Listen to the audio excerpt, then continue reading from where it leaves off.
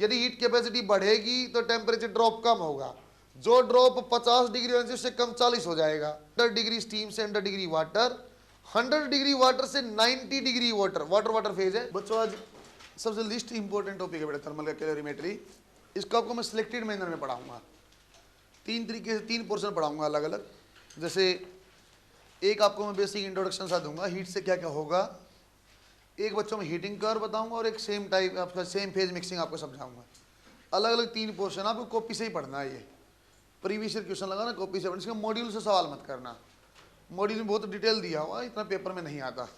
जैसे different phase में आपको सिखा दूंगा सवाल, अब दोबारा उसको ट्राई मत करना। यदि अपने पास एक ए ऑब्जेक्ट है, अब जान रहे हो पहले ही, फिर भी लिख रहा हूँ सही, उसका टेम्परेचर 50 डिग्री सेल्सियस है बच्चों, और इसकी इंटरनल एनर्जी 200 जूल है। यहाँ पे एक बी ऑब्जेक्ट है बेटा, ऐसे एग्जांपल में रहा हूँ, 20 डिग्री सेल्सियस है, और बच्चों इसकी इंटरनल एनर्जी मान लेते हैं 400 जूल है। यदि हम आपसे पूछूं बच्चों, हीट जो आपकी कहाँ से कहाँ ट्रांसफ़र होगी, हीट बच्चों आपकी ए से बी ट्रांसफ़र होगी या बच्चों बी से ए ट्रांसफ़र होगी? हीट कहाँ से कहाँ आएगी बेटा, ए से बी आएगी कि बी से? बच्चों heat transfer is due to temperature difference, A से बी वाला सही है। टेम्परेचर डिफरेंस के कारण आपकी हीट ट्रांसफ़र होती है, आप जानते हैं, ठीक है क्या? ये भी आप जानते हैं सर, जो किसी 2 ऑब्जेक्ट के कॉन्टैक्ट में लेके आएंगे, जब कॉन्टैक्ट में लेके आएंगे तो हाई टेम्परेचर वाले का तापमान धीरे धीरे कम हो जाएगा, लो वाले का ज़्यादा हो जाएगा।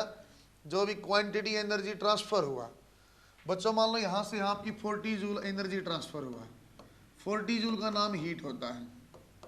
इससे कोई लेना देना नहीं है। दोबारा बता रहा हूँ एक लाइन ऐसे ही बच्चों, हाई टेम्परेचर से लो टेम्परेचर तरफ हीट ट्रांसफ़र होती है। सर हीट क्या चीज़ है? जब हाई और लो का आपने एक साथ रखा, कुछ एनर्जी हाई से लो की तरफ जाएगी, जो एनर्जी हाई से लो गई है, मान लो 40 जूल गया, इसका नाम हीट है। तो एक्चुअली मेरी यहाँ इंटरनल एनर्जी 40 कम हो जाएगी, यहाँ आपकी इंटरनल एनर्जी 40 ज़्यादा, सही है क्या? एक लाइन में ऐसे लिखवा रहा बच्चों, when 2 objects are at a different temperature, when 2 objects are at different temperature placed in contact with each other,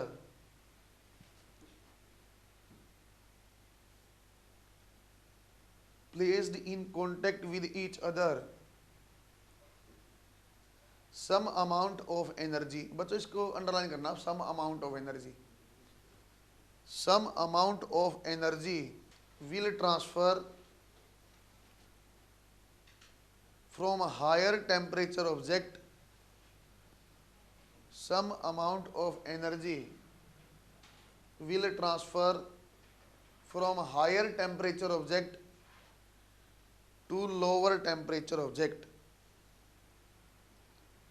नीचे लाइन में लिखो बच्चों, this is known as heat, this is known as heat. बच्चों हीट में आपको बोल एक बात समझ में बच्चों, पहली बात तो जो ट्रांसफर हुआ सिर्फ उसी को हीट बोला गया। तो 1-2 लाइन में से लिखवाऊंगा, हीट एक्चुअली कोई वर्ड होता नहीं है बेटा, वर्ड होता है हीट ट्रांसफर। आपने देखा एक ऑब्जेक्ट से दूसरे ऑब्जेक्ट में गया, जो एनर्जी गया वो ट्रांसफर हुआ, इसलिए नाम बच्चों हीट नहीं होता, नाम बच्चों आपका हीट ट्रांसफर होता है। बच्चों 2 वर्ड और आते हैं, क्या सर ये हीट एक बॉडी कंटेंट है क्या? बॉडी कंटेंट का मतलब क्या बोलना चाहते हो? जैसे बेटा इंटरनल एनर्जी है, मेरी इंटरनल एनर्जी हो सकती है, आपकी हो सकती है, बोर्ड की हो सकती है, बेंच की हो सकती है, मतलब एक बॉडी के अंदर जो एनर्जी है उसको इंटरनल एनर्जी बोला जाता है। क्या हीट एक बॉडी कंटेंट है? नहीं। हीट कैसे आ बच्चा? सर जब 2 ऑब्जेक्ट अलग अलग तापमान पे थे, जैसे आपका और मेरा अलग अलग टेम्परेचर में आपको छूंगा, तो मेरे से यदि मेरा हाई तापमान है, मुझसे कुछ एनर्जी आप में गई, उसको हीट बोला गया। 2 ऑब्जेक्ट होना जरूरी है, अलग अलग तापमान पे होना जरूरी है। तो बच्चों इंटरनल एनर्जी बॉडी कंटेंट होता है, हीट ट्रांसफर बॉडी कंटेंट नहीं होता है। मतलब एक ऑब्जेक्ट की हीट क्या हम नहीं बता सकते हैं, 2 अलग अलग ऑब्जेक्ट हैं, उनके अंदर हीट ट्रांसफर क्या हुआ तो फिर मैं बता सकता हूँ। एक लाइन लिखते हैं, heat transfer is not a body content whereas internal energy is a body content,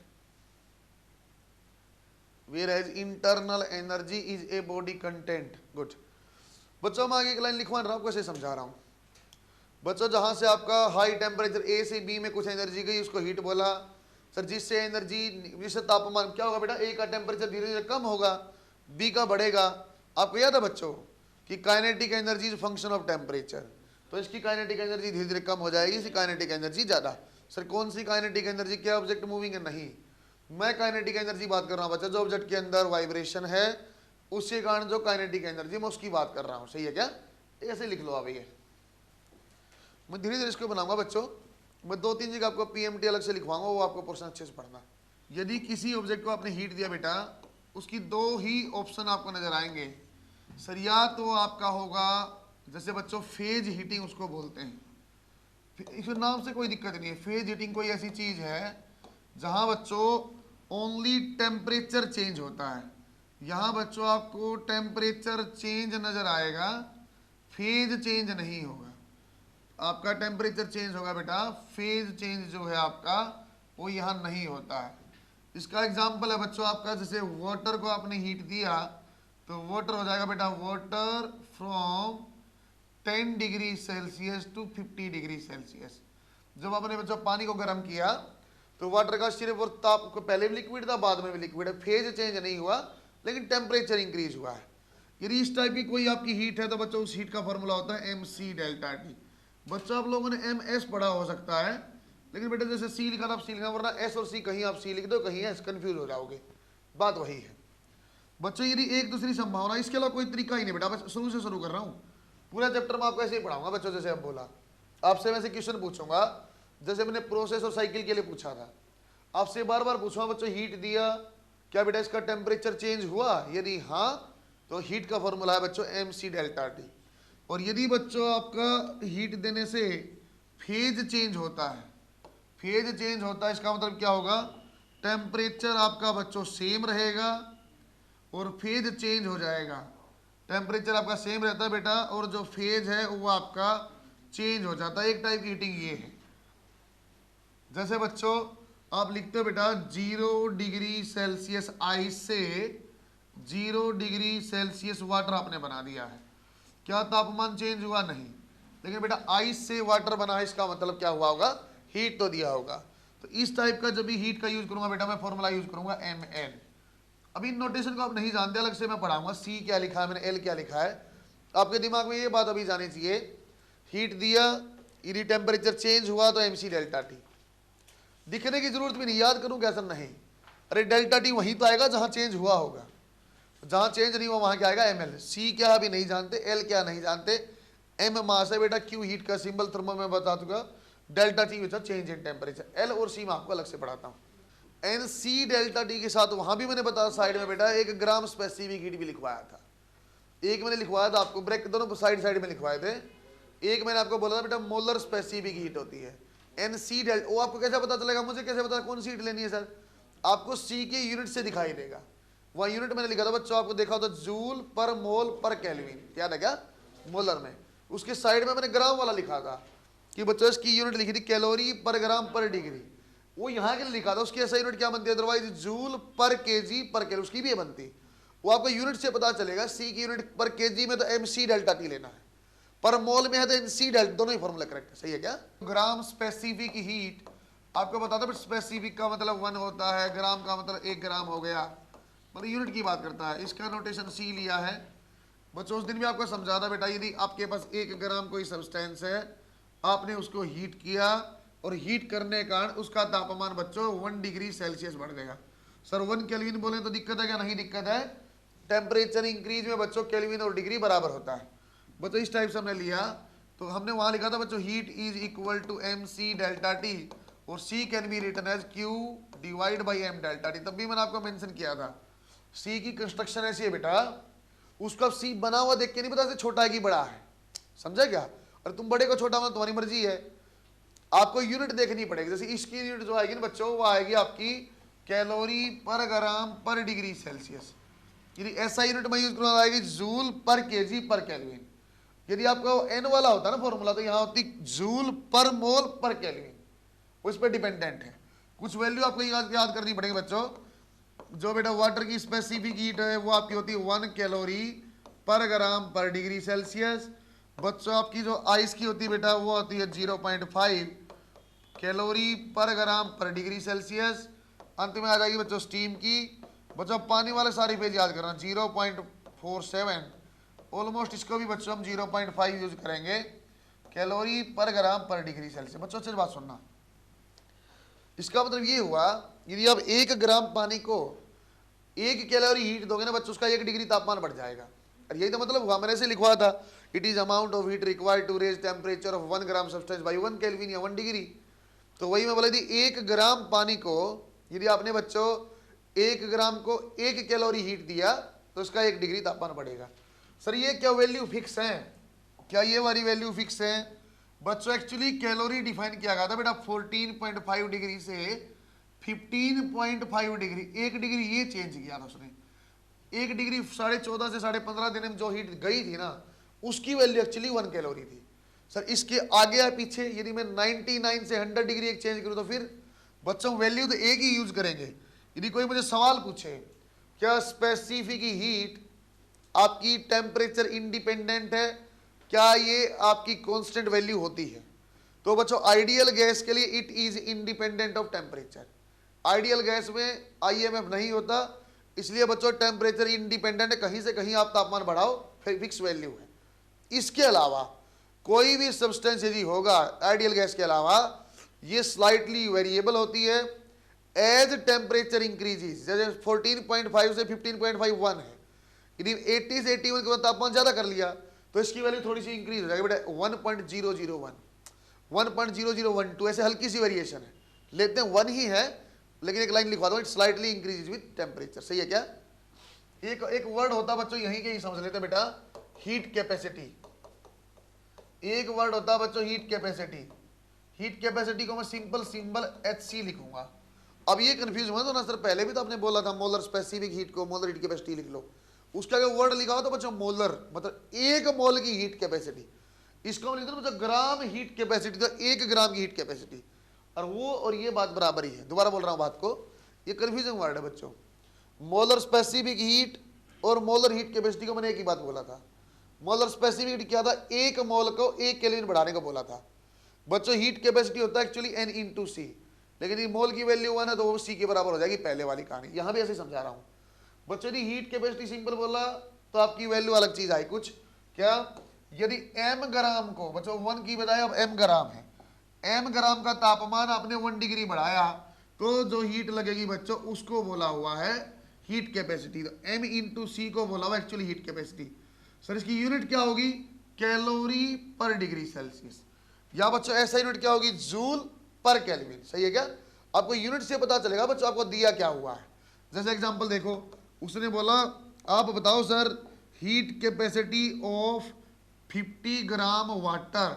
50 gram water मान क्या हो जाएगा सर? M/C। M की वैल्यू कितनी है? 50। कैलोरी की वैल्यू, किसी की वैल्यू इतनी, तो 50 कैलोरी पर डिग्री सेल्सियस।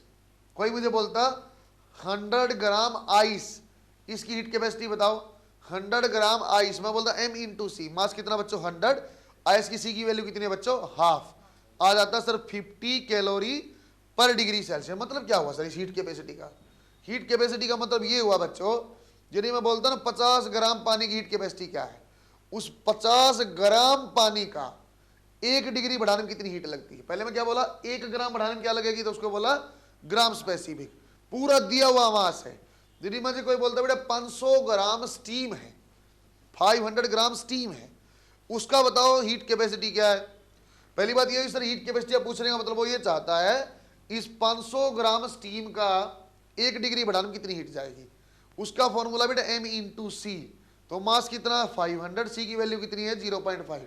सर 250 कैलोरी आप दोगे, और यूनिट से पता चला कैलोरी पर डिग्री, मतलब 250 कैलोरी में 1 डिग्री तापमान आपका इंक्रीज होगा। सही है क्या? ऐसे वर्ड है बच्चों। लास्ट आ जाता है बेटा आपके पास लेटेंट हीट। लेटेंट हीट वो है जो आपको मैंने L आपका सिंबल लिखा था बच्चों। यहां जो है टेम्परेचर चेंज नहीं होता बेटा, टेम्परेचर चेंज नहीं होता, फेज चेंज होता है। फेज चेंज कैसा? जैसे बेटा 1 ग्राम आइस को आपने हीट किया और वो 1 ग्राम वाटर बन गया। अभी याद करा दो सारी चीजें, ये 0 डिग्री पे था और 0 डिग्री पे था, तो Q होता है mL के बराबर, तो L क्या आएगा? Q/M। क्यू बाई एम का मतलब क्या होगा सर, कैलोरी पर ग्राम, या ऐसा यूनिट लिखवा क्या आ जाएगा, जूल पर केजी। सही है क्या बच्चों? दो वैल्यू याद करनी पड़ेगी बेटा, आइस से वाटर या वाटर से आइस, इसकी वैल्यू होती है बच्चों 80, ये आप जानते भी होंगे, कैलोरी पर ग्राम। बच्चों स्टीम से वाटर या वाटर से स्टीम, उसका आता है बच्चों एक्चुअली वैल्यू जो होती है बेटा दैट इज 536, अब आप उसको 540 कैलोरी पर ग्राम लेंगे। सही है क्या? टेम्परेचर चेंज हुआ है तो डेल्टा टी वाला फॉर्मूला आएगा सर, एमसी डेल्टा टी है। सर फेज चेंज हुआ तो तापमान तो चेंज नहीं हुआ, तो डेल्टा टी नहीं है, वो फॉर्मूला आएगा एमएल है। सही है क्या?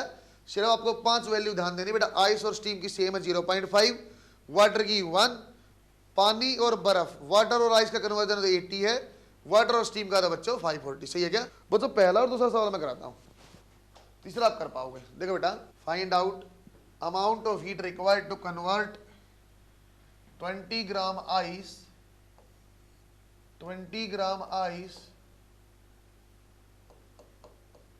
at -40 degree Celsius to 20 gram water at 30 degree Celsius। बच्चों एक बार यहां देखो, 20 ग्राम आइस आपके पास -40, उसको आपको 20 ग्राम पानी बना 30 डिग्री, कैसे बनेगा सर? फेज चेंज कैसे होता है? देखो बेटा, इसको आप एक बार आराम से सुनना, आप कहीं एक जगह गलती करोगे, ऐसे अच्छे सुनो बच्चों। आप ऐसे सोचते हैं, अब मेरे पास आइस है, एक कंटेनर में रखी, उसको मैं गर्म करना शुरू किया। आइस देखो कैसे होता है, जब ऐसे गर्म करोगे धीरे धीरे धीरे धीरे, पहले आइस मेल्ट होगी, पहले पूरी आइस मेल्ट हो जाएगी, पूरा पानी बनेगा, उस पानी का तापमान 0 डिग्री सेल्सियस होगा। फिर आप गर्म करने लग जाओगे, तो गर्म करते करते फिर पूरे पानी का, पूरे वाटर का टेम्परेचर 1 डिग्री 2 डिग्री 3 डिग्री से बढ़ बढ़ के 100 डिग्री तक जाएगा। फिर भी आप गर्म करोगे तो धीरे धीरे फेज चलेगा बेटा। आइस भी कैसे हुई थी, फेज चेंज हुआ था, धीरे धीरे मेल्ट हुई थी, एक साथ पूरी आइस पानी नहीं बनी। ऐसे ही पूरा वाटर कभी एक साथ स्टीम नहीं बनता है, आप हीट देते रहोगे वो स्टीम बनता रहेगा, आप हीट देते रहो स्टीम बनता रहेगा। ऐसे प्रोसेस हुआ सर, आइस से 0 डिग्री पानी बनेगा, 0 डिग्री पानी से यदि स्टीम बनानी है तो 100 डिग्री पानी बनेगा, फिर स्टीम बनेगा। जैसे इस क्वेश्चन में मैं बात करता हूँ, तो सर यदि आपको 30 डिग्री वाटर तक जाना है तो पहला काम जो आइस है वो आपकी मेल्ट हो जाएगी। ये 20 ग्राम आइस जो है वो पहले 0 डिग्री पे जाएगी, फिर पूरा 20 ग्राम क्या होगा बच्चों, वाटर बन जाएगा। कितने में बन जाएगा, 0 डिग्री पे बन जाएगा। फिर 0 डिग्री वाटर से यहाँ बच्चा गलती करता बच्चों, यहाँ इस स्टेप को मिस कर देता है। बच्चा गलती करता है कि उसको क्या लगता है कि -40 से सीधा मेल्ट कर दें, क्या सीधा मेल्ट नहीं होगा। उसको देखने का तरीका भी सोचो आप, जब भी हम कोई भी 2 बॉक्स, पहले मैं करना सिखा रहा हूं, फिर बाद में बॉक्स की रिक्वायरमेंट नहीं है। जब भी आप कोई 2 बॉक्स बनाते हो बेटा, उसमें आपको देखना है इन बॉक्स के बीच में एक ही फॉर्मूला बनेगा तो बॉक्स सही है। जैसे बात सुनना अच्छे से, सर ये आइस है, ये आइस से सेम फेज है, सर ये -40 है, 0 टेम्परेचर डिफरेंस है, सेम फेज टेम्परेचर डिफरेंस, कौन सा फॉर्मूला लगेगा, mc डेल्टा टी। सही है क्या? मान लो बच्चों ये भूल जाता मैं बीच में, तो इसके बाद ये देखो सर ये आइस है, ये वाटर, फेज चेंज है, सर ये -40 है, 0 है, सर टेम्परेचर चेंज भी है, फेज चेंज भी है, सीधा एक साथ हो सकता है क्या, असंभव है, कुछ हमने बीच में मिस किया है। सही है क्या? कोई भी चीज आप जब भी डिब्बा बना देख लेना बेटा, एक ही फॉर्मूला बनाएगा। जैसे यहाँ यदि मैं हीट बोलता हूँ Q1 है, यहाँ मैं बोलता हूँ Q2 है, और यहाँ बोलता हूँ Q3 है, तो Q1 की वैल्यू क्या बनेगी सर, ये देखा से बनेगी बेटा, ice ice same phase, temperature change है तो mc डेल्टा टी। मास क्या है 20, सी की वैल्यू किसकी बेटा, आइस की, डेल्टा टी कितना 40। अब मुझसे ये मत बोलना सर 40 कैसे लूँ, प्लस लूँ कि माइनस लूँ, नहीं, मुझे टेम्परेचर डिफरेंस बस देखना है, वो तो मैं जानता हूँ। आपने -40 आइस से 0 डिग्री आइस है तो आपने हीट सप्लाई किया, वो हीट पॉजिटिव आएगी। अब ये मत सोचना 0 -40 कर लूँ क्या, या -40 -0, ऐसा नहीं टेंशन लेनी है, वो मैं से ही जानता हूँ, हमने हीट सप्लाई किया पॉजिटिव है, तो आंसर आ जाएगा बच्चों यहाँ पे आपका 400 कैलोरी। आगे चलो सर, ये 2 डिब्बे देखो, ये Q2 के लिए वैल्यू निकालनी है। सर ये आइस है, ये वाटर फेज चेंज है, क्या लग जाएगा ml, m की वैल्यू 20, अरे कितना पानी बन गया, 20 ग्राम आइस से 20 ग्राम वाटर, फेज चेंज है कितने का, 20 का 80, कितना आ गया बच्चों 1600 कैलोरी। Q3 और देखना सर ये आपका वाटर है, ये भी वाटर है, सेम फेज है, क्या लग जाएगा MC डेल्टा टी। फॉर्मूला लगाया MC किसका आएगा सर, ये पानी और पानी लिखा हुआ है, सही है क्या। टोटल हीट कितनी बन जाएगी बेटा, टोटल हीट जोड़ दोगे आप, मेरे बात सही है। एक क्वेश्चन हम बनाएंगे, आपको और अच्छा आइडिया लगेगा।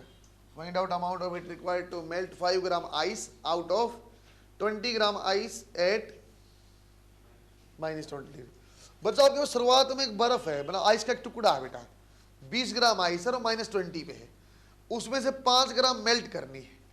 तो मेल्टिंग कैसे होती थी सर, ऐसा कुछ बनेगा, यदि मैं देखूंगा तो सर पहले आइस बनेगी आपके पास जो है 20 ग्राम है, और आइस है कितने पे है, -20 पे। सर यदि आपको कुछ भी मेल्ट करना ना, 0.1 ग्राम भी मेल्ट करना है, पहले पूरी आइस आपकी 0 डिग्री पे जाएगी। 0 डिग्री आइस से पहले मेल्टिंग स्टार्ट नहीं होगी बेटा। अच्छा, अब पानी कितना बना, उसने क्या बोला बेटा, 5 ग्राम ही मेल्ट करना है, 5 ग्राम मेल्ट। तो वाटर कितना बनेगा, 5 ग्राम। अरे सही लिखा क्या, अरे वाटर कितना बनेगा बच्चों, 5 ग्राम, ये लिख दिया 0 पे। अब मेरी ख्याल से बात समझ में आ गई होगी, Q1 और Q2 है। सर Q1 की वैल्यू बताओ, तो Q1 में देखना बच्चों आपके पास सर आइस और ice same phase, temperature change MC delta T, M की वैल्यू 20, C किसका, आइस का, डेल्टा टी फिर से 20। Q2 देखना बेटा सर M इंटू एल, फिर बच्चा अटकेगा सर मास कौन सा लो, अरे ये आइस है ठीक है, ये वाटर ये भी सही है, फेज चेंज ML लगेगा, सर मास कौन सा लूं, L भी जानता हूं 80 है, मास कौन सा लूं बच्चों, मास वो लेना जिसका फेज चेंज हुआ है, मास टू बी मेल्टेड, जो मास आपका मेल्ट हुआ वो लेना है, सही है क्या। अरे कितना ग्राम आपको मेल्ट करना अपना, 5 ग्राम, तो इतनी तो हीट लगेगी। अच्छे से बात सुनो बेटा, सर मुझे कैसे पता 5 की लेना, दोबारा याद करो, ये L की वैल्यू क्या होती थी, 80 कैलोरी पर ग्राम। 1 ग्राम मेल्ट करने में कितनी हीट लगेगी, 80। कितना ग्राम मेल्ट करना, 5, इसलिए मास कौन सा आएगा बच्चों, 5। सर 20 नहीं लेना करना, 20 लिया था और 20 ग्राम मेल्ट करते, उसने क्या बोला सिर्फ 5 ग्राम मेल्ट करना। अब मेरे ख्याल से आंसर आ जाएगा आपके पास, ये 100 कैलोरी, टोटल हीट कितनी हो जाएगी बेटा, 500, सही है क्या। अब एक सवाल तुम लोग करोगे, अच्छा उसके ऊपर आप सिंगल स्टार भी मार्क करोगे। अरे ML जो फॉर्मूला मैंने लगाया ना, M जो वो है बेटा इसका फेज चेंज हुआ है, M आपका वो है बच्चों जिसका फेज चेंज हुआ है। देखो एक बार एक क्वेश्चन और, सिंगल स्टार भी लगाओ बच्चों आप। 200 calorie heat is supplied, 200 calorie, 200 calorie heat is supplied to ice at -10 degree Celsius such that only 1 gram ice is melted, such that only 1 gram ice is melted, underline करो इसको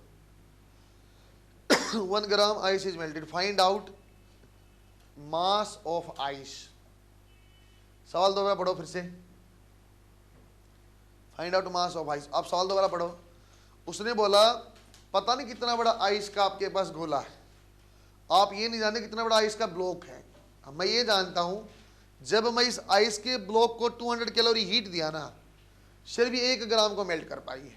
तो मैं कैसे करूंगा इस सवाल को, सर ऐसे बनेगा, पहला जो डिब्बा बनेगा मास ऑफ आइस हम नहीं जानते तो M ग्राम, M ग्राम आइस कितने पे है, -10 डिग्री पे, सही बना बच्चों।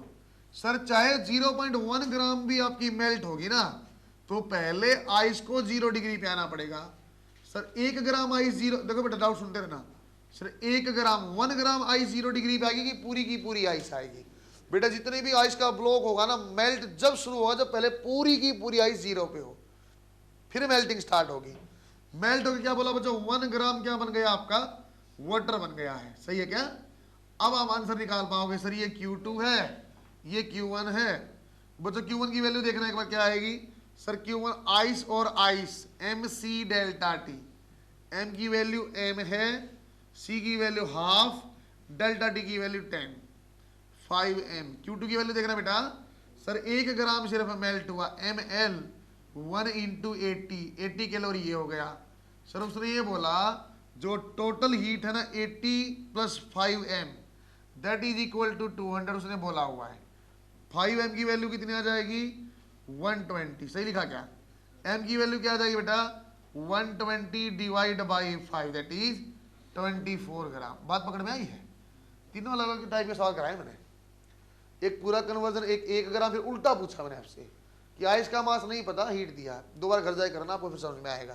पहला इंपॉर्टेंट टॉपिक आपका बच्चों, मैं इसको ना आपको ऐसे तरीके से पढ़ा दूंगा, आपको सिर्फ दो ही चीज में बोलूंगा बार बार, जो आपको मैं समझाया था कि सर टेम्परेचर चेंज है कि फेज चेंज, उसके अलावा कुछ नहीं करना। It is curve between Q versus T और T versus T, temperature versus time या heat versus time. Heating curve होता है बेटा, अलग अलग फेज आप एक ही डायग्राम पे दिखा दो।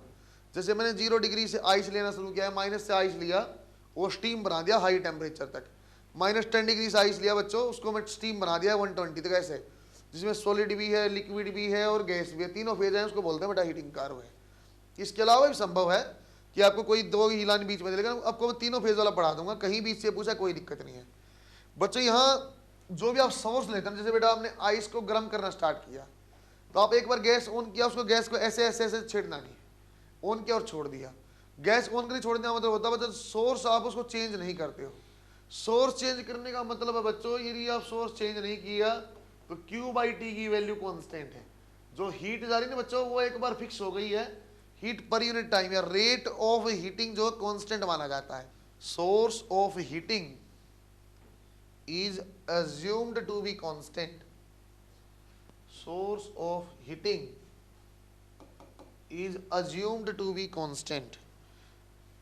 नीचे लिखो बेटा, इसका मतलब क्या, Q/T की वैल्यू कांस्टेंट है। एक ग्राफ हमने बनाया अपने पास बच्चों, यहाँ पे शुरुआत में ये टेम्परेचर वर्सेस टाइम मैं बना रहा हूँ, टेम्परेचर वर्सेस टाइम, इसको प्रैक्टिकल समझना बात को बच्चों। यहाँ आपके पास पहले आइस है और आइस का टेम्परेचर बच्चों आपके पास -10 डिग्री सेल्सियस है, तो ये 0 होता तापमान में, नीचे लिया था माइनस है। बच्चों आपने क्या किया बेटा, आइस का टेम्परेचर जैसे जैसे आपने हीट दिया तो टेम्परेचर बढ़ा, मान लो 0 डिग्री सेल्सियस आइस बन गया, तो sir it will take some time, तो ये पॉइंट यहाँ से कभी यहाँ मार्क नहीं हो सकता है, और -10 डिग्री आइस से कभी सीधा 0 degree ice fraction of second में थोड़ी होगा, आप गर्म करोगे टाइम लगेगा, तो आपको यहाँ से यहाँ मिलाना बच्चों, एक स्ट्रेट लाइन ही आएगी। क्यों आ रही है थोड़ी देर में पता चल जाएगा, एक इंक्लाइंड लाइन आएगी।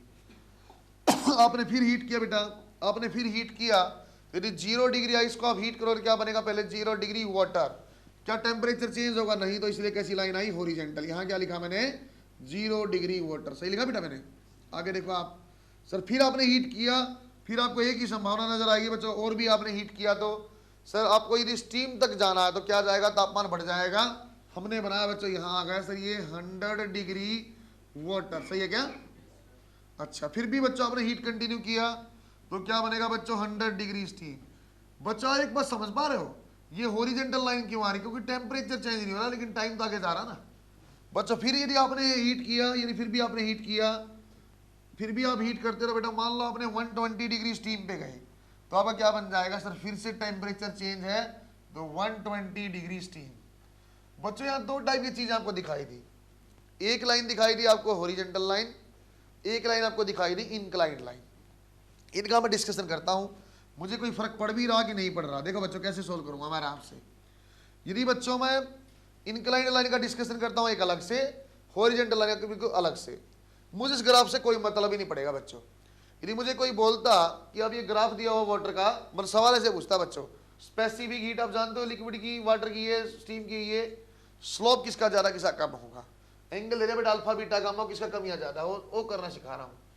एक डिस्कशन बच्चों में यही लिखता हूँ, आपको बाद में वो पैरेलल लिखना। चलो मैं यहाँ समझाता हूँ आपको, ये आपको समझा रहा हूँ मैं, डिस्कशन ऑन हॉरिजॉन्टल लाइन।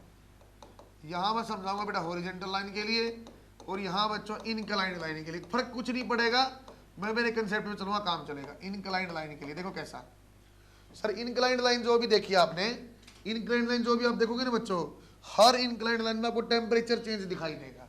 तो कौन सी इक्वेशन आप लगा सकते हो हीट की, टेम्परेचर चेंज है तो बच्चों एक इक्वेशन आप जानते हो, MC डेल्टा T। तो इसलिए बच्चों मैं वहीं से स्टार्ट करता हूं। सर इनक्लाइंड लाइन मतलब हीट की वैल्यू आप लिखोगे MC डेल्टा T। इसका कुछ उपयोग कर सकता हूं, नहीं कर सकता बच्चों, Q कांस्टेंट नहीं है, मैंने सोर्स कांस्टेंट माना था, क्यू बाई टी को कांस्टेंट बोला है। तो इसका मतलब क्या बच्चों, अपने को डिवाइड बाई टी करना पड़ेगा, डिवाइड बाई टी करना पड़ेगा। और सुनना अच्छे से बच्चों, sir Q by T constant हटा दो, हटा दिया। अरे ये देखना एक बार, delta T by T, delta T by T, इसमें देखो, अरे वाई बाई एक्स है क्या, delta T by T Y by X है क्या, और वाई बाई एक्स को हम क्या बोलते थे बच्चों, स्लोप बोलते थे। तो ऐसा लिखा जा सकता है बेटा, सर ये कांस्टेंट आ गया तो m into C into slope is a, अच्छे सुनते रहना, into slope is a constant. मतलब ये हुआ sir slope is inversely proportional to m into C. बच्चों m इंटू सी का नाम हमने क्या रखा था बच्चों, इस चीज का हीट कैपेसिटी, आपको याद होगा, हीट कैपेसिटी आपने रखा था। यदि मैं सीधा बोलता हूं बच्चों, इफ मास इज सेम, यदि मास आपका सेम है तो slope is inversely proportional to specific heat. क्या फॉर्मूला याद करना सर? नहीं, अभी मैं क्वेश्चन कराऊंगा उसको मैं इसी स्टेप में लेके आऊंगा। तापमान चेंज और एमसी डेल्टा, एक प्रोसीजर समझा रहा हूं। डिवाइड बाई टी करेंगे, क्यू बाई टी को कैंसिल कर देंगे, अपने आप आंसर आएगा। अब आप कुछ चीजों का आंसर दे पाओगे बच्चों। यदि मैं आपसे बोलता बच्चों, आप बताना बेटा, ये आपका ये वाला स्लोप यदि मान लो गामा है बच्चों, ये वाला मान लो आप जो है बीटा है, और बेटा ये वाला आप मान लो आपके पास अल्फा है। अल्फा बीटा और गामा में किसकी वैल्यू ज्यादा होगी?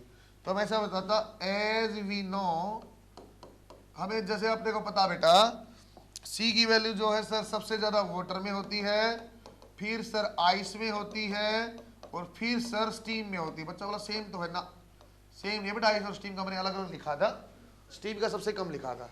मतलब क्या है, क्योंकि सर स्लोप और सी तो जो है इनवर्सली प्रोपोर्शनल है। यदि मुझे अब कोई पूछता है तो जो वाटर का आएगा ना सर, वो सबसे कम आपका आएगा स्लोप। वाटर क्या बच्चों, बीटा, बीटा की वैल्यू सबसे कम आएगी, फिर आइस का क्या है अल्फा, और फिर क्या है गामा। बात समझ में आई? और सीधा ही सवाल है तो नहीं हो पाएगा, क्या अपने करना नहीं, मतलब सवाल कराऊंगा उसमें पहले वाला प्रोसीजर यूज करूंगा, मैं ये वाला प्रोसीजर यूज करूंगा, Q is equal to M C delta T वाला। यहाँ देखो सर, हॉरिजेंटल लाइन में क्या टेम्परेचर चेंज है? नहीं, तो मुझे क्या लेना पड़ेगा बेटा, एम एल। बात समझ में आई है बच्चों? मुझे क्यू कोई काम का नहीं, लेकिन डिवाइड बाई टी किया तो बहुत काम का है। क्यू बाई टी क्या हो गया, constant, M into L divide by time is constant. सही लिखा क्या? या ऐसा लिख दूं क्या बच्चों में, latent heat is directly proportional to T by M if mass is same. यदि मास सेम है तो latent heat is proportional to time. अब आप सीधा बता पाओगे, देखना फिर उसका आंसर दे पाओगे। यदि मैं आपसे ऐसे पूछता ना बच्चों, बच्चों बताओ ये वाला जो है, ये वाली लाइन लंबी आएगी यदि T1 टाइम है, टाइम की तो है ये लाइन, या बच्चों ये रेड वाली लंबी आएगी। रेड वाली लेटेंट हीट क्या होती थी, मान लो बच्चों टाइम T2 है, अरे रेड वाली लेटेंट हीट क्या थी 540, ये वाली क्या थी 80। किसकी वैल्यू ज्यादा?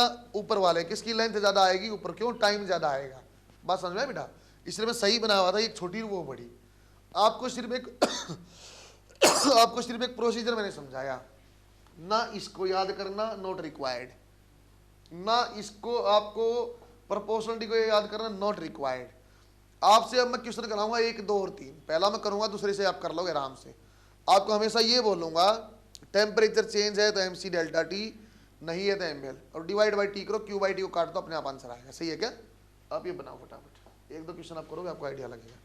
क्या गलत है बेटा? गलत तो नहीं है, लिखा तो बहुत बढ़िया, लेकिन नॉट रिक्वायर्ड। मैं आपको एक क्वेश्चन बना के दिखाता हूँ, फिर आके देख लेना आप करके। एक आप देखो बच्चों, चाहे हीटिंग बोलूँ चाहे कूलिंग बोलूँ, मुझे कोई फर्क नहीं पड़ता। टेम्परेचर चेंज है तो एम सी डेल्टा टी है, टेम्परेचर चेंज नहीं है तो एम एल, बस। इसके अलावा कोई काम नहीं आएगा। देखो एक बार, heating curve for object A and B, heating curve for object A and B is given as shown in diagram. Heating curve for object A and B is given as shown in diagram. Find out ratio of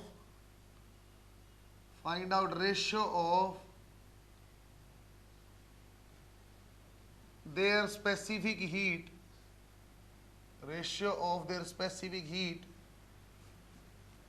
and latent heat find out ratio of their specific heat and latent heat. बच्चों एक मैंने इस type से आपको कोई data दे दिया, दो curve दे दी बच्चों, मैंने कोई भी टुकड़ा दे सकता ना, मैं एक दे देता हूँ बच्चा, सर इसमें 3 लाइन क्यों नहीं है भाई, कोई भी 2 टुकड़ा बीच में से दे, कोई फर्क नहीं पड़ता है बच्चों। ये वाला मैंने ऊपर वाला लिखा बेटा बी है रेड वाला, और ये येलो वाले का लिखा बच्चों मैंने ए है। देखो कैसे सॉल्व करता हूँ। सर वो पूछना चाहता है, अच्छा सुनो एक बार फिर बाद में बनाना। सर वो चाहता स्पेसिफिक हीट की रेशियो बताओ और लेटेंट हीट, यदि कोई एक पूछता बेटा, दोनों तो पूछेगा नहीं, मैं दोनों करवा रहा हूँ। सर स्पेसिफिक हीट बताओ मतलब सर वो एमसी डेल्टा टी पूछना चाहता होगा, अरे सी तो आया फॉर्मूले में, और एमसी डेल्टा टी कब आता है बच्चों, जब टेम्परेचर चेंज हो। जैसे यहाँ देखो ये 0 डिग्री से 40 यहाँ टेम्परेचर चेंजेस है। रेड के लिए देखो बच्चों जैसे 0 से 60 टेम्परेचर चेंजेस है। तो पहला पार्ट यदि करते हैं तो ऐसा बनेगा Q is equal to MC delta T, Q is equal to MC delta T. Sir divide by T और डिवाइड बाई टी करो, मजबूरी है कांस्टेंट हटा दो, ये स्लोप हो गया। मास इक्वल बोला बेटा मैंने, मास इक्वल ले लो, मास भी कांस्टेंट हटा दो, C into slope is a constant, और बच्चों आ जाएगा sir C is inversely proportional to slope. यहां तक बात सही है क्या बच्चों? मास इक्वल नहीं देता तब भी मास को रख लेता, बस इससे ज्यादा कुछ ही चेंज होगा। मास इक्वल दिया तो मैंने मास को कैंसिल कर दिया। आप चाहते हो CA डिवाइड बाई CB निकालना, तो आ जाएगा बच्चों slope of B divide by slope of A। Sir slope का मतलब होता है tan थीटा, और tan थीटा होता है sir perpendicular divide by base. बच्चों इस रेड वाली ट्राइंगल का देखना, परपेंडिकुलर क्या है 60 और बेस क्या बच्चों 3, तो ऐसा लिखा मैंने 60 डिवाइड बाई 3, मेरे ख्याल से सही लिखा भाई। डिवाइड बाई ए देखना बेटा, ए माने नीचे वाला येलो वाला, येलो वाले का हाइट 40 और ये क्या है 2, 40 डिवाइड बाई 2, आंसर आ गया बच्चों 1:1। सही है क्या? दोबारा देखो बच्चों, उसने पूछा लेटेंट हीट, मैं कैसे सोचूंगा? सर पहले फॉर्मूला लगा लो ml डिवाइड बाई टी कर लो, डिवाइड बाई टी, ताकि मैं q बाई टी को हटा दूं। मास कांस्टेंट है, मास को हटा दिया तो L is directly proportional to T, तो LA डिवाइड बाई LB कौन सा लेना पड़ेगा बेटा? TA divide by TB। Time कौन सा लूं? बच्चा बोल सकते सर ये वाला टाइम ले लूं क्या? नहीं। अरे ये लेटेंट कौन सी लाइन होती थी? Horizontal line. हॉरिजॉन्टल लाइन कौन सी है सर? येलो के लिए 2 से लेके 6 के बीच वाली है। 2 से 6 में कितना टाइम हो जाएगा? 4 मिनट। सही लिखा गया बेटा? बेटा रेड में देखना, उसके लिए ए वाले के, बी वाले के लिए 3 से लेके 9 कितना हो जाएगा बच्चों? 6 मिनट। सही है क्या सर? ए के लिए वैल्यू आ गई आपके पास, ए के लिए वैल्यू आ गई 4 और बी के लिए वैल्यू आ गई बच्चों 6, आंसर आ गया 2/3। अरे बात सही है क्या? अरे मास होता क्या हो जाता, मैं मास की रेशियो होती, मास की रेशियो में पुट कर लेता। बात समझे बेटा? प्रोसीजर है ये। सी पूछा था MC delta T, Q by T cancel कर दिया, एम से मतलब एम भी हटा दिया, आंसर आ गया। और यदि ये बच्चों ऐसा लिखा Q is equal to ML divide by T, ये बात समझ पा मैं डिवाइड बाई टी क्यों कर रहा हूँ? Q कांस्टेंट नहीं बोला बेटा, Q by T rate of heating constant है, ये हट गया, मास गया L proportional to T, answer आ गया। किसी बच्चों ये शंका आ गया बेटा ये टाइम कैसे लिया मैंने? बच्चों ये टाइम मैंने लेटेंट का तो हॉरिजॉन्टल लाइन का टाइम लिया, जैसे इसके लिए यहाँ से यहाँ का टाइम लिया 2 मिनट से 6 मिनट तो 4 लिया। बच्चों रेड के लिए मैंने इस पॉइंट से इस पॉइंट हॉरिजॉन्टल लाइन में लेटेंट होता था 3 से 9, तो मैंने 6 लिया, ऐसे लिया हुआ। बच्चों ये सेकंड वाला महत्वपूर्ण टॉपिक मैं आपको बता रहा हूँ। बच्चों एक होता है कॉन्सेप्ट ऑफ मिक्सिंग। मिक्सिंग अलग अलग टाइप की संभव है, इनमें एक लर्न आएगा बट कैलोरीमेट्री में एक सवाल मिक्सिंग वाले में। कॉन्सेप्ट ऑफ मिक्सिंग 2 टाइप से बनेगा बच्चों, सुनते रहना बेटा। जैसे सेम फेज मिक्सिंग आप करते हो, सेम फेज मिक्सिंग ऐसे होता है बच्चों, से सॉलिड और सॉलिड को मिक्स किया, लिक्विड और लिक्विड को किया, गैस और गैस को किया। इस टाइप की मिक्सिंग में बच्चों सिर्फ एक ही फॉर्मूला लगेगा MC डेल्टा टी। क्यों सर? जब फेज चेंज है ही नहीं तो ML लगना ही नहीं है। और बच्चों ये डबल स्टार PMT पॉइंट भी है, सेम फेज मिक्सिंग आपको आना चाहिए। जब भी सवाल आता है ना बच्चों इसके ऊपर ज़्यादातर पूछता है। आज तक पिछले 15 साल में 4-5 ही सवाल आए हैं। इससे आया है, हीटिंग कर्व से आया, तो हीटिंग कर्व से ऐसा ऑप्शन टिक हो गया तो उसको सिर्फ ये ध्यान होना चाहिए बच्चे को सोल्व नहीं करवाया, सिर्फ ये बताना चाहिए हॉरिजॉन्टल और इंक्लाइंड लाइन है, बाकी अपने आप कट हो गए थे। एक ही ऑप्शन था उनमें, वो भी एम्स में आया था। दोबारा यहाँ देखो बच्चों, यहाँ देखा सर आपका फिर बनता है, एक बनता है different phase mixing. Different phase mixing बच्चों ये आपका बनेगा इस टाइप से, जैसे सर आप सॉलिड से लिक्विड को मिक्स कर दो, लिक्विड से गैस को कर दो, गैस से सॉलिड को कर दो। यहाँ दोनों चीजें होती है बेटा, सेम फेज में टेम्परेचर चेंज भी होगा और फेज चेंज भी होगा। इसके ऊपर बच्चों मैं लिटरली लिख रहा हूँ सीधा सीधा बकवास, मतलब करना ही नहीं है। एक सवाल मैं कराऊंगा वो करना है। एम्स में आता है बेटा से सवाल, एक टाइप का सवाल कराऊंगा वो आपका आना चाहिए, आसान है, ये अच्छे से आप पढ़ो। आप ए टाइप डाल दो, ये लिख के ए सेम फेज मिक्सिंग वो पढ़ाता हूं बेटा। एक्चुअली हमने सुना principle of calorimetry, heat loss equal to heat gain, ऐसी होता है ना, वो लिखवाने की रिक्वायरमेंट नहीं है। मैं आपको सीधा हीट लॉस और हीट गेन को आप फिर ये समझने लग जाओगे, सर फिर मैं कौन सा तापमान लूँ, सर इसने लॉस किया कि इसने गेन किया कि ऐसा किया क्या, वो आपको दिक्कत होने लग जाएगी। इसलिए मैं सीधा कोई क्वेश्चन कराऊंगा, देखो कैसा। इसके 3 क्वेश्चन हम करेंगे, 1 और 2। 1 मैं करूँगा, 2 तुम करोगे, 3 वाला डायरेक्ट करेंगे और याद कर लेंगे, तो लर्न में जाएगा बेटा आपका। ऐसे चेक कर रहा हूं, कंडक्शन में जब मेल्टेड और रीशेप होता है, याद है सवाल आपको, मेल्टेड और रीशेप, कंडक्टर का सिलेंडर का आर का r/2 कर दिया, हीट की कितनी वैल्यू हुई थी, रेडियस ऑफ कंडक्टर r को r/2 कर दिया, हीट घटी थी कि बढ़ी थी, सर रेडियस घटी तो क्रॉस सेक्शन कम हुआ, क्रॉस सेक्शन कम हुआ तो हीट भी कम, कितनी कम सर 2⁴, याद आपको, L1/L2 वाला भी याद होगा। कैपिटल ए आप डालो बच्चों, same phase mixing, question number 1 लिखो। ए है same phase mixing, question number 1 लिखो। 2 liquids A and B, 2 liquids A and B having mass 4m, m, having mass 4m, m are at temperature T, 40, सामने लिखा बेटा, are at temperature T, 40. Find out ratio of their specific heat if final temperature of mixture is 3T.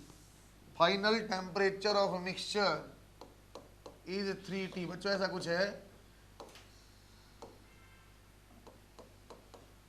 मेरे ख्याल से ऐसा कुछ है बेटा। 4m वाले का तापमान T दिया है, m वाले का 4T दिया है। उसने बोला बच्चों जब इनको आपने मिक्स किया ना, तो मिक्स करने के बाद टेम्परेचर 3T, ऐसा ही कुछ है बच्चों। अच्छे से आप देखना बच्चों, यदि मैं ऐसा बोलता हूँ यदि ये A है और ये B, सर आपको यूज करना, सर ये भी पानी है ये भी लिक्विड है, बाद में भी लिक्विड ही रहेगा मिला है, तो कोई फेज चेंज तो है नहीं। कैसा आइडिया लगा सर? वैसे भी आइडिया लग गया यार, जब आपने बोला टेम्परेचर चेंज है, ये टेम्परेचर है वो टेम्परेचर, तो फॉर्मूला mc∆T लगना है, तभी तो आप रेशो स्पेसिफिक हीट की बना पाओगे जब mc∆T लगेगा। देखो बेटा एक के लिए सर MA पूरा लिखना है एक बार, CA∆T that is equal to MB CB∆T। अच्छा सुनना, MA की वैल्यू क्या 4m, C की वैल्यू नहीं पता, ∆T कौन सा लो बच्चों? ∆T आप हमेशा लो बेटा हाई माइनस लो, लफड़ा खत्म। एक टेम्परेचर T है और एक 3T, किसकी वैल्यू ज्यादा होगी बेटा? 3T की, तो 3T माइनस T। यहाँ कितना M की वैल्यू M है, CA आपकी CB, ∆T क्या आएगा 4T और 3T। बात समझ में आई है? सर ये तापमान यदि निकालना होता तो वो दे देता ये C और ये 2C वैल्यू तापमान निकालो, तो मैं जानता सर ये हाई है तो जो आपका मिक्सिंग का टेम्परेचर इससे कम आएगा उससे ज़्यादा आएगा, तो इसलिए मैं ऐसा लिख देता। एक M और M कैंसल, आंसर क्या बना देखना बच्चों, 4CA 2T, यह आ जाएगा CB इंटू T से T cancel, CA divide by CB is equal to 1/8। सही लिखा बच्चों? बनाओ शाबाश। If temperature of mixture is 15 degree Celsius,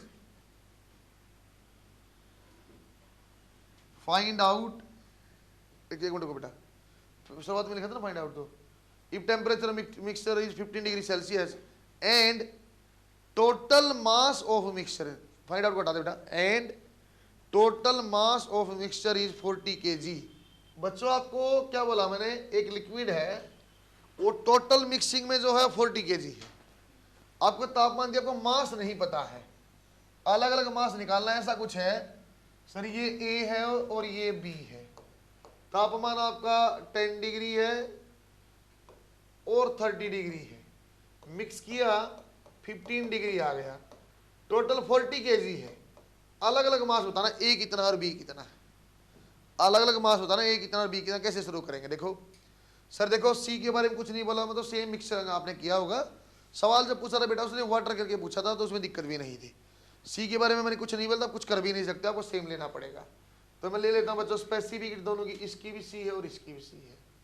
आगे देखो एक बार, सर मास कैसे निकाला जाए, टोटल 40 है, किसी एक को m मास मान लो बेटा, किसी एक को 40 माइनस m। अब मेरे ख्याल से दिक्कत नहीं होनी चाहिए बच्चों, mc डेल्टा टी करके देखो, वैल्यू आया था m की, बता देना बच्चों आप। बेटा m किसको हमने माना था, a को, तो a कितना आ जाएगा 30 kg, b कितना बच जाएगा बेटा ऑटोमेटिक। इस टाइप का सवाल पीएमटी में आया हुआ है, समझे क्या। एक बार मैंने वो रेशियो पूछ लिया, एक बार फाइनल दे देता, तापमान ऐसे पूछ लिया, बात तो वही है। डबल स्टार पीएमटी लर्न है, फ्रंट पे आएगा बच्चों, इसको मैं फ्रंट पे लिखवा लूंगा अभी। Two objects A and B are at 100 degree and 0 degree Celsius placed in contact with each other, placed in contact with each other, find out final temperature या equilibrium temperature बेटा, find out final temperature of both objects, heat capacity is constant। ऐसे option बनेगा बच्चों, heat capacity is constant। Number 2, heat capacity increases with temperature। Number 3, heat capacity decrease with temperature. से 3 part बनेंगे इसके। इसको एक बार अब यहाँ देखो, जो लर्न वाला पोर्शन है बच्चों, जो फ्रंट पे आएगा उसको यहाँ लिख रहा हूं मैं। इफ हीट कैपेसिटी जो है कांस्टेंट है, तो कुछ नहीं सोचना आपको, फाइनल टेम्परेचर आ जाएगा T1 plus T2 divide by 2। देख रहा बच्चों अच्छे से, यदि कोई बोलता बेटा हीट कैपेसिटी इंक्रीज किया, फाइनल टेम्परेचर आ जाएगा बेटा आधे से ज्यादा। यदि कोई बोलता बेटा हीट कैपेसिटी आपने क्या किया, डिक्रीज किया, वहां टेम्परेचर आ जाएगा लेस देन हाफ।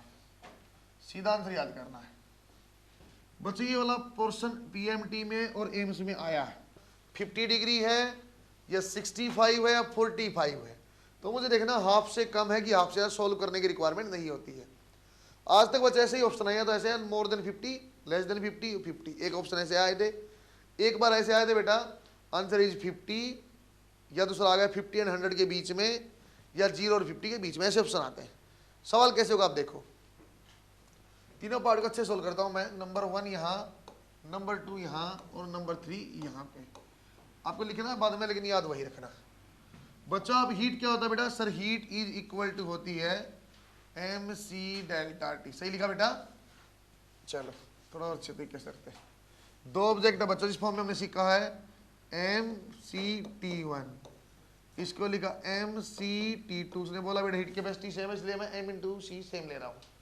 आपने मिक्स किया और t फाइनल यहाँ बना, ऐसा लिखा बच्चों। अब तक आपने, सर यदि t1 का टेम्परेचर ज़्यादा मान लेते हैं t2 से, ऐसा मान रहे हैं, तो मतलब क्या होगा सर, जो फाइनल टेम्परेचर और t1 से कम और t2 से ज़्यादा आएगा।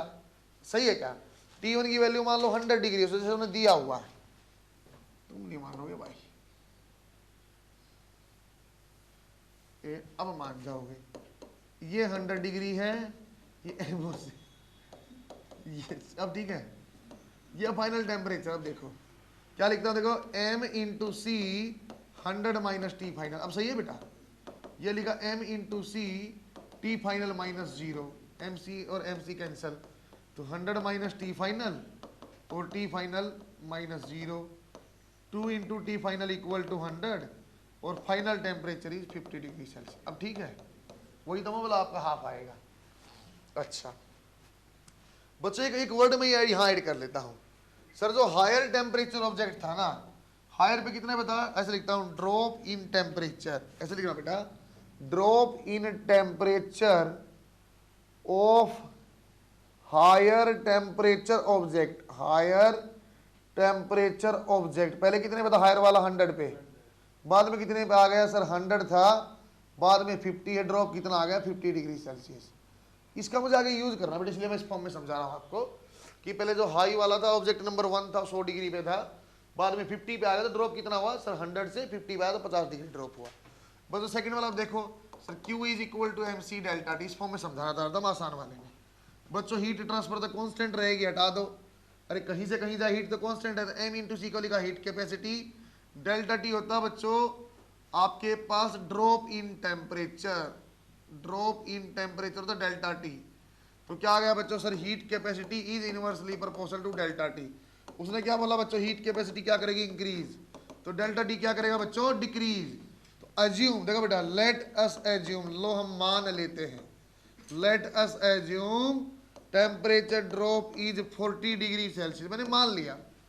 और क्या बोला मैंने टेम्परेचर ड्रॉप कम होगा, पहले टेम्परेचर ड्रॉप क्या था बेटा 50 डिग्री, अब उससे कम होगा, मैंने मान लिया 40 होगा, तो फाइनल टेम्परेचर क्या हो जाएगा सर 100 था पहले, ड्रॉप कितना हुआ बेटा 40, फाइनल टेम्परेचर इज 60 डिग्री। वही तो मैंने बोला था मोर देन हाफ आएगा।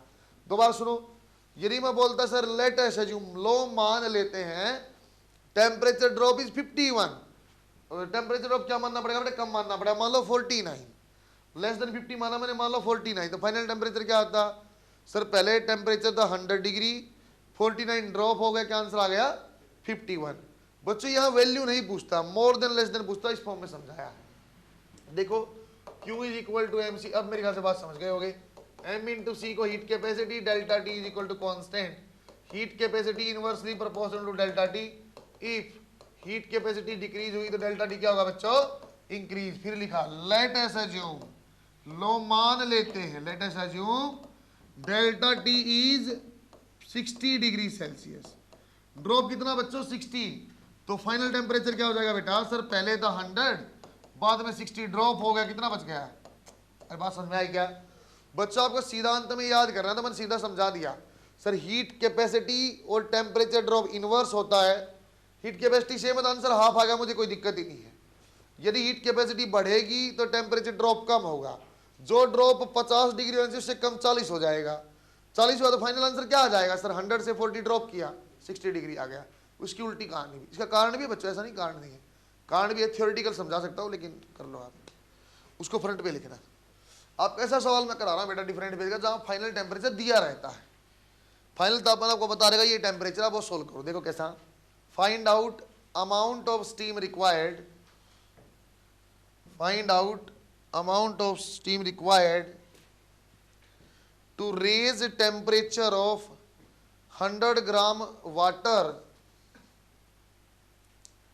to raise temperature of 100 gram water from 24 degree Celsius to 90 degree Celsius, 24 से 90, from 24 degree Celsius to 90 degree Celsius। बच्चों एक बार आप देखो अच्छे से, बच्चों आपको बता दिया कि आपको पानी आपके पास है, वाटर आपके पास है 24 डिग्री पे है, उसको स्टीम मिला मिला के आपको 90 डिग्री पे लेके जाना है। कितनी स्टीम मिलानी पड़ेगी आपसे ये पूछा है। देखो कैसे बच्चों, ऐसे क्वेश्चन में आप पहले बीच में रेफरेंस लाइन बना लेना बेटा, जो फाइनल टेम्परेचर यहाँ लिख लो सर, फाइनल कहाँ जाना है 90 डिग्री पे, जो कम वाला बच्चों यहाँ लिखो 100 ग्राम है सर, ये वाटर है और ये 24 डिग्री सेल्सियस पे, ऐसी कहानी सर। यहाँ साइड में लिखो m ग्राम है और स्टीम है, स्टीम 100 डिग्री पे होती है बच्चों, ऐसा। बच्चों आप क्या करो सर, ये 24 से यहाँ जाएगा तो ये हीट की रिक्वायरमेंट है, इसको भी यहाँ ले आओ, इसको भी यहाँ ले आओ, हीट लॉस हीट गेन बराबर आंसर आएगा। देखो अब मुझे डिब्बे बनाने की जरूरत नहीं पड़ेगी बेटा, अब अच्छे सुनना आप। सर ये वाटर लिखा हुआ है 90 डिग्री पे वाटर है, सेम फेज है, सेम फेज में टेम्परेचर चेंज है, तो क्या फॉर्मूला आएगा बच्चों आप जानते होगे बेटा, MC डेल्टा टी। M की वैल्यू कितनी है आपकी 100, C की वैल्यू वाटर है ऐसा, यह आ जाएगा सर आपका 90 माइनस 24 6600 कैलोरी, सही है क्या। यहाँ देखो स्टार लगा के, सर यहाँ हीट रिलीज होगी, हीट आपकी रिलीज होगी कितनी, देखो एक बार सर, ये स्टीम लिखा है और ये 100, ये 90 भी और वाटर भी है, 100 से 90 आया टेम्परेचर चेंज है, और बच्चा स्टीम से वाटर आया फेज चेंज है। तो मतलब कैसे हुआ होगा, पहले 100 डिग्री स्टीम 100 डिग्री वाटर हुई होगी, एक साथ दो फॉर्मूले नहीं लगेंगे, 100 डिग्री स्टीम 100 डिग्री वाटर हुई होगी, फिर 100 डिग्री वाटर बच्चों 90 डिग्री वाटर हुआ होगा, सही है क्या। तो यहाँ दोनों फॉर्मूला लगेंगे बच्चों, एम एल भी लगेगा और एम सी डेल्टा टी भी। सर 100 डिग्री स्टीम और 100 डिग्री वाटर हुआ तो एम एल, सही है क्या बच्चों। यहाँ एम, ये 100 डिग्री वाटर, 90 डिग्री वाटर हुआ तो 100 माइनस 90। बच्चों सी की वैल्यू क्या यूज करूंगा बेटा, मैं हाफ यूज करूंगा कि 1 यूज करूंगा। सी की वैल्यू क्या यूज करूंगा मैं, हाफ की 1। बच्चों यहाँ कन्फ्लिक्ट आ जाता है, सामने स्टीम देखता बच्चा। अरे एक्चुअली आप बात तो सुन तो लो, 100 डिग्री वाटर से 90 डिग्री वाटर, संकार डिब्बे बना लो। 100 डिग्री स्टीम, 100 डिग्री पानी, 100 डिग्री पानी से 90 डिग्री पानी। अरे वाटर वाटर है, 100 डिग्री वाटर से 90 डिग्री वाटर, फेज कौन सा बेटा, वाटर का। क्या आएगा वैल्यू 1। मेरे ख्याल से सही है। 550 m तो आ जाएगा 550 m equal to 6600 m is equal to 12 gram. बच्चों 12 ग्राम आप स्टीम मिलाओगे तो ऐसा बन जाएगा। यदि मैं आपसे पूछता फाइनल मिक्सचर में कितना टोटल पानी है, अरे फाइनल मिक्सचर तो यही है ना, अरे मास तो हमेशा कंजर्व होता है ना। टोटल मास कितना बेटा 100 प्लस m, तो कितना मास आ जाएगा 100 प्लस 12, टोटल पूरा पानी है, 90 डिग्री पे पानी है। सेम सवाल पीएमटी में आया था, 22 ग्राम पानी है, वो आप करके देखना। ये बात समझ में, मैंने 1 क्यू यूज किया है, बात समझ में बेटा। ये हाफ नहीं आएगा क्योंकि मैंने आपको समझाया 100 डिग्री स्टीम से 100 डिग्री वाटर, 100 डिग्री वाटर से 90 degree water, water water phase है 1 आएगा। पीएमटी में 5 बार क्वेश्चन आ बेटा, 3 बार इस पे आया है। Ratio of work done to heat transfer, ratio of work done to heat transfer is always constant.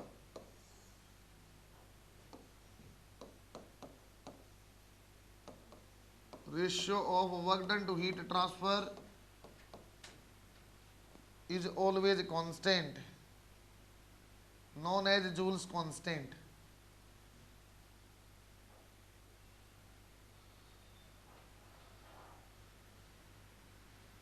बस छोड़ दो ऐसे ही बच्चों। इसके ना आपको सवाल ऐसे करने हैं, इसके सवाल में मैं ऐसे बनाऊंगा स्टेप, इसके मैं ऐसे स्टेप बनाऊंगा बेटा। जब भी सवाल करूंगा ना ऐसे स्टेप बनेंगे, 1 2 और 3, 1 2 और 3 स्टेप बनेंगे।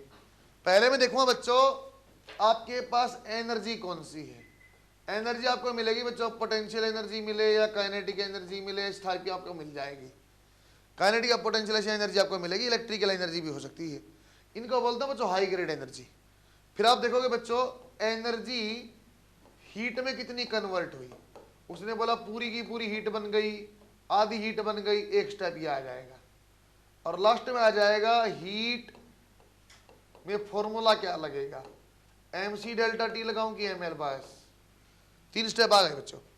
जब भी कोई भी आपको स्टेटमेंट में दूंगा तो पहले देखेंगे एनर्जी कौन सी है, फिर आप देखना बेटा ये पोटेंशियल हीट में कितनी कन्वर्ट हुई, पूरी की पूरी कन्वर्ट हो गई पोटेंशियल हीट में, तो पोटेंशियल इक्वल टू हीट कर देंगे। यदि मैंने बोल दिया आधी एनर्जी हीट में कन्वर्ट हुई तो potential divide by 2 equal to heat कर देंगे।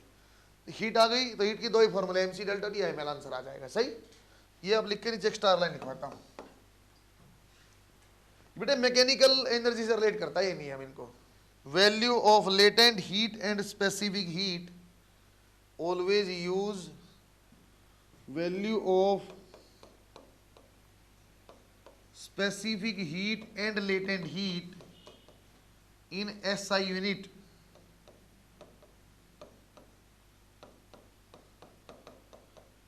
बस बच्चों में लिख भी दिया है।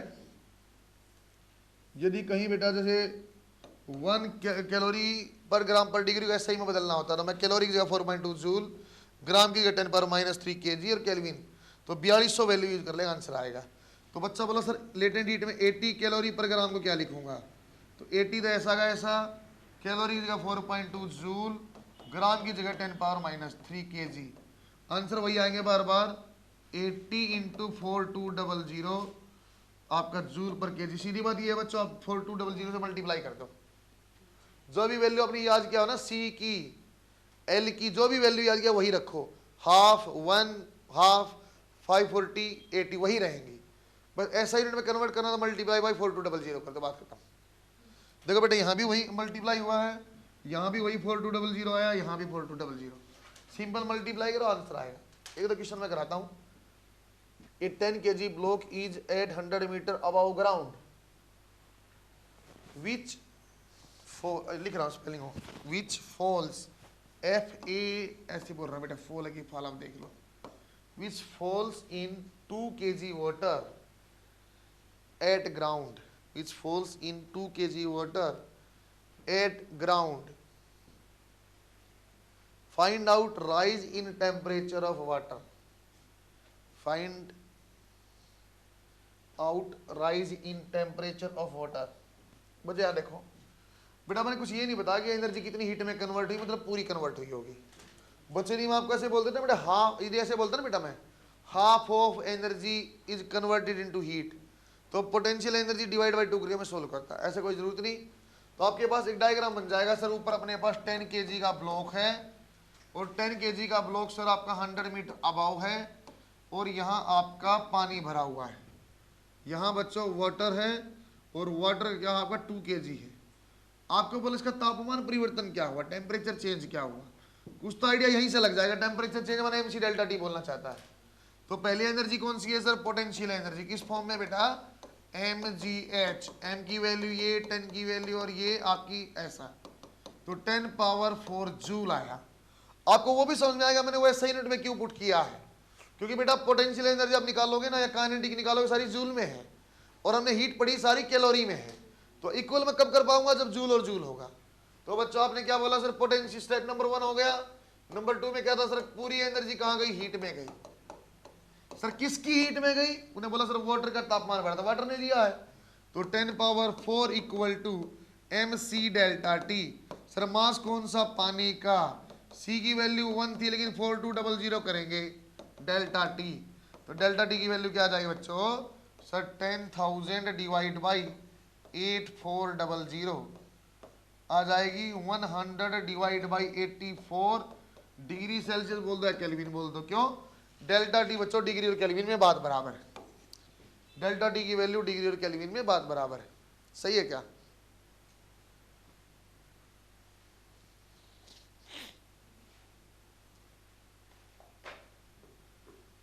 बच्चों यदि मैं ऐसा बोल देता ना, 20 ग्राम की बुलेट मैंने 400 मीटर पर सेकंड से फायर किया, राइज इन टेम्परेचर क्या होगा, तो मैं क्या करता सर, कौन सी एनर्जी है बुलेट के पास, काइनेटिक हाफ mv स्क्वायर, ठीक, उसको किसके इक्वल करता, mc डेल्टा टी। किसका राइज पूछा थी, बुलेट का पूछा था, बुलेट का ही मास लेता, बुलेट की स्टील है तो डेल्टा टी आ जाता, किसी और का बोलता था उसका mc डेल्टा टी ले लेते, समझे क्या।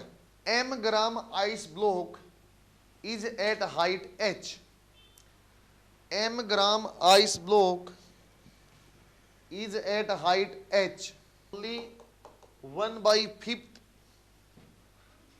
mass of ice is melted, only 1/5 mass of ice is melted, find out initial height of ice। 1/5 को अंडरलाइन कर लो बच्चों, दोनों फॉर्म में सवाल पूछा, एक बार बोला तो फ्रैक्शन चेंज हुआ, एक बार बोला पूरी मेल्ट हो गई। देखना आप कितनी बात पकड़ पाओगे। सर पहला पोटेंशियल एनर्जी है mgh, आइस यहाँ m ग्राम है, h हाइट पे है, जब नीचे आया कितनी आइस बच गई 4m/5, कैसे, अरे m/5 तो मेल्ट हो गई। सर ये पोटेंशियल एनर्जी कहाँ जाएगी, सर पोटेंशियल एनर्जी जाएगी हीट में, क्या उसने बोला बेटा हीट हाफ है, पोटेंशियल कुछ भी नहीं बोला तो पूरी है। सर वो हीट किसने ली, तो mgh equal to ml। Sir mass कौन सा लेते थे, मास टू बी मेल्टेड, अरे कितना मास मेल्ट हुआ बच्चों, सही बोला क्या, m इंटू एल में मैंने क्या बोला था, मास वो लेना जो मेल्ट हुआ, कितना मास मेल्ट हुआ m/5, सोल्व किया तो h आ जाएगा बच्चों l डिवाइड बाई 5 इंटू जी। बच्चों पीएमटी में सवाल ऐसे भी आया है, l और g की वैल्यू पुट करोगे तो l की वैल्यू थी 80, 4200 और 5 इंटू जी, ऐसे भी आया बच्चों, डाटा पुट करा के भी सवाल आया और इस फॉर्म में भी आया। यदि मुझे बोलता ना बेटा टोटल पूरी की पूरी आइस मेल्ट होगी, तो मैं क्या करता mgh equal to ml, answer आ गया, सही है क्या। यदि मैं ऐसे बोलता था बेटा पूरी आइस मेल्ट हो गई लेकिन only half of potential energy is converted into heat, तो मैं क्या करता sir potential energy divide by 2 equal to heat, mgh divide by 2 equal to ml, answer आ जाता।